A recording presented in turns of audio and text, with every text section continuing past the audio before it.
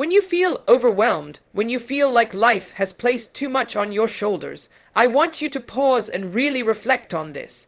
Allah does not place weight on the weak. He does not test the ones who cannot carry it. Hardships are not random events. They are deliberate, intentional, and deeply meaningful. When Allah chooses someone for a higher purpose, He trains them through difficulty because greatness is never built in comfort. You are not facing what you're facing because you are unlucky. You are facing it because Allah saw something inside you that perhaps even you have not seen yet. Sometimes the heart whispers, "Why me? Why is my life not easy like others? Why do I have to struggle?" But your question itself reveals a misunderstanding. You are comparing your journey to others who were not chosen to walk your path. You are looking at people whose test is different, whose destiny is different, whose capacity is different. When Allah chooses you, He sets you apart, and when He sets you apart, He gives you roads others do not walk. So when your path feels heavy, remember, it is not because you are weak. It is because Allah knows you are capable of rising. Do you know how gold becomes pure? It must first pass through fire. And do you know how diamonds form? They endure pressure deep within the earth, in darkness, unseen by anyone. Your hardship is your fire. Your pressure is your darkness, and you are in the process of becoming something rare, something valuable, something luminous. But before the gold shines, the fire must burn. Before the diamond sparkles, the pressure must shape it. Allah is shaping you, not breaking you. And yes, it gets heavy. There are moments when the soul feels exhausted, when the body wants to collapse, when the mind wants to give up. You may say, "I can't do this anymore." But Allah is telling you, yes, you can, because I am with you. You are not carrying this weight alone. If you were, you would have broken long ago. The fact that you are still here, still breathing, still trying, even in your quiet struggle, this is proof that Allah is holding you steady. You are stronger than you think, not because of your own strength, but because Allah is reinforcing you with His strength. Sometimes the pain is not a sign of failure, it is a sign of growth. A muscle only becomes stronger when it is pushed to its limit. A heart only learns resilience when it is stretched by experience. A soul only becomes luminous when it is polished by trials. So if life feels overwhelming, it is not a sign that you are collapsing. It is a sign that you are being elevated. The discomfort you feel is the stretching of your spiritual capacity. You are outgrowing who you once were. But here is the key: respond to the challenge with trust, not resentment. If you say, "Why is this happening to me?" your mind will drown in frustration. But if you say, "My Lord is preparing me," your heart will fill with patience, strength, and clarity. It is not the hardship that breaks a person, it is the interpretation of the hardship. If you see it as punishment, you will feel crushed. If you see it as preparation, you will rise. So do not ever mistake the weight you carry as a sign that Allah has abandoned you. It is the opposite. It is a sign that He is guiding you toward a level others cannot understand. Allah chose you. And He only chooses those who are capable of becoming extraordinary. This is not the end, this is the making. We all make dua. We all raise our hands and ask Allah for success, for peace, for guidance, for strength, for improvement. And Allah hears every single prayer. None of your duas are ignored. But understand something very important. Dua opens the door, but it is your discipline that walks you through it. Many of us stop at the door. We stand there hoping Allah will pick us up and carry us to our destination. But Allah did not create you to be carried your entire life. He created you with the ability to strive, to push, to grow. The path exists. The door is open. But now the question is, will you step forward? We say, "I want to wake up for Fajr." Yet we sleep late scrolling on our phones. We say, "I want to strengthen my Imaan." Yet we rarely pick up the Quran. We say, "I want to be successful." Yet we procrastinate on every responsibility. We keep asking for results without committing to the process. It's not that we are incapable. It's that we are undisciplined. And discipline is not about feeling motivated. Motivation is a guest. It comes and goes. Discipline is the ability to do what needs to be done, even when you don't feel like doing it.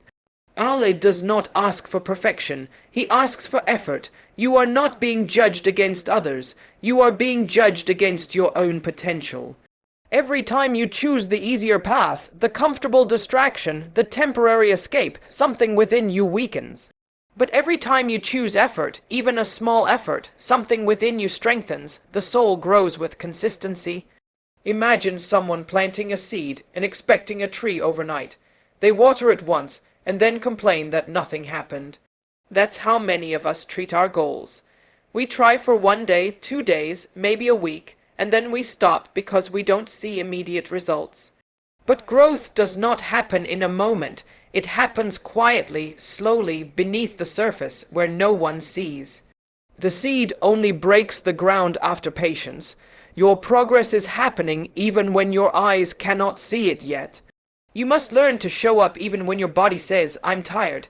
Because sometimes you are not tired, you are simply avoiding effort. And avoiding effort has a cost. It costs your dreams, it costs your peace, it costs the future version of you that you are capable of becoming. Think of every great person you admire, spiritually, academically, personally. They did not become who they are through comfort. They became who they are through discipline. They pushed themselves when no one was watching. They fought the laziness of their own nafs. They did not wait to feel ready. They acted before readiness arrived. Your doer is powerful, but your actions are the proof that you mean what you are asking for. If you want Allah to help you, meet Him with effort. Take a step, even a small one. Allah says, "You come to me walking, I will come to you running." But you must start the walk. Do not underestimate small disciplines, waking up 5 minutes earlier, reading 1 page, praying 2 extra rak'ah, studying 1 lesson. These small acts done consistently change your entire life. They reshape your character. They strengthen your heart. They transform your destiny, because at the end of the day, you will not rise by accident. You will rise by discipline. There are days when you wake up and you feel heavy.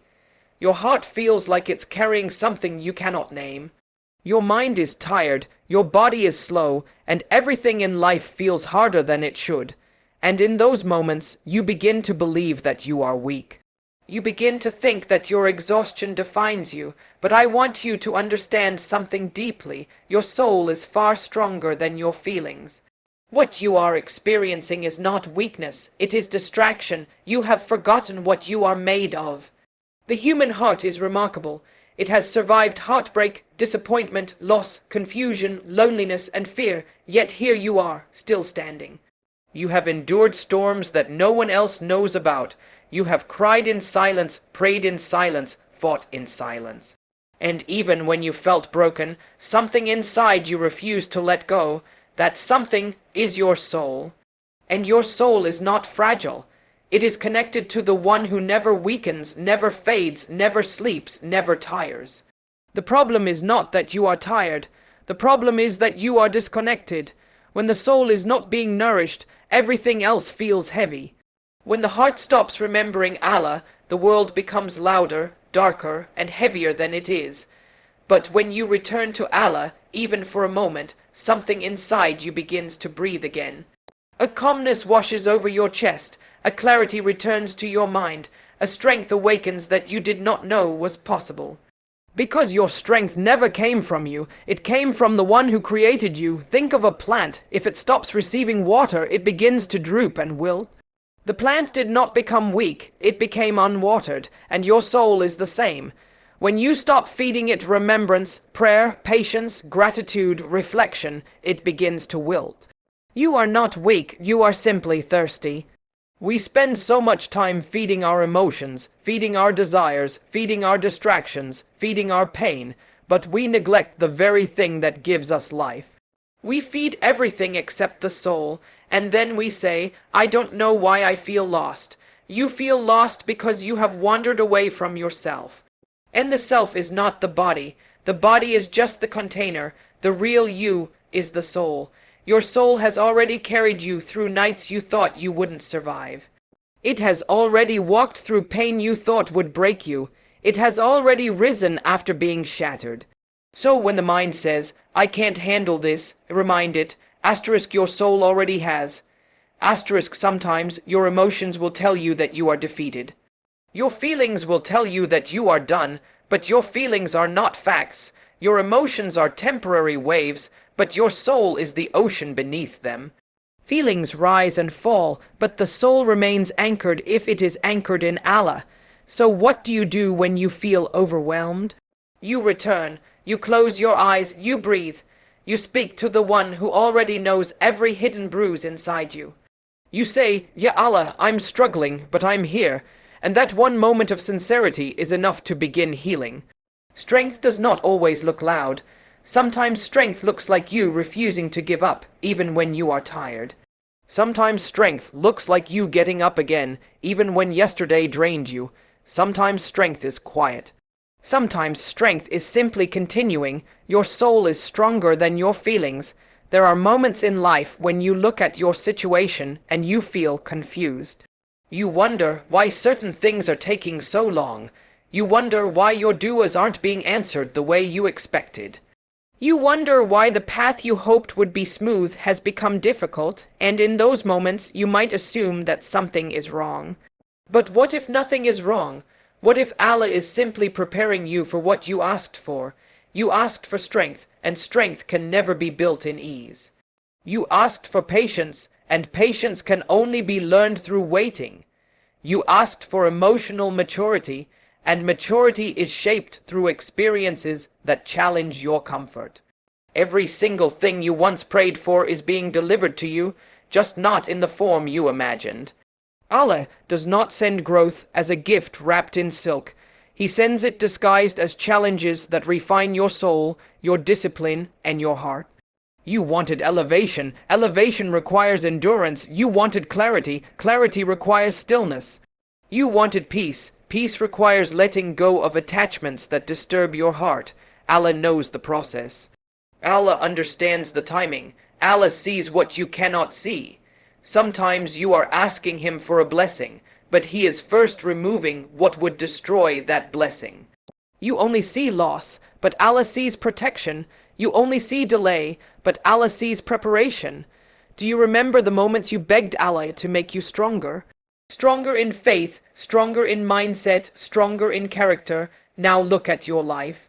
Look at the situations that tested you, the moments that stretched your patience, the times you held yourself together when it would have been easier to fall apart. That was the training. That was the dua unfolding in real time. You don't become stronger by wishing for strength.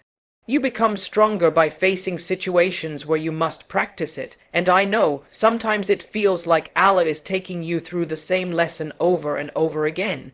The same heartbreak, the same disappointment, the same struggle. But perhaps the lesson was not learned the first time.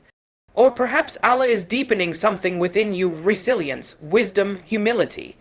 Allah does not repeat lessons to punish you. He repeats lessons to complete you. When you say, "Why is this happening to me?" replace the question with, "What is this building within me?" Because something is being built. Something is being shaped. Something inside you is being awakened that was asleep before. Every test is carving away the parts of you that were never meant to stay. The impatience, the fear, the ego, the attachments, the illusions of control. And every hardship is revealing the parts of you that were always meant to rise: your faith, your resilience, your trust, your sincerity.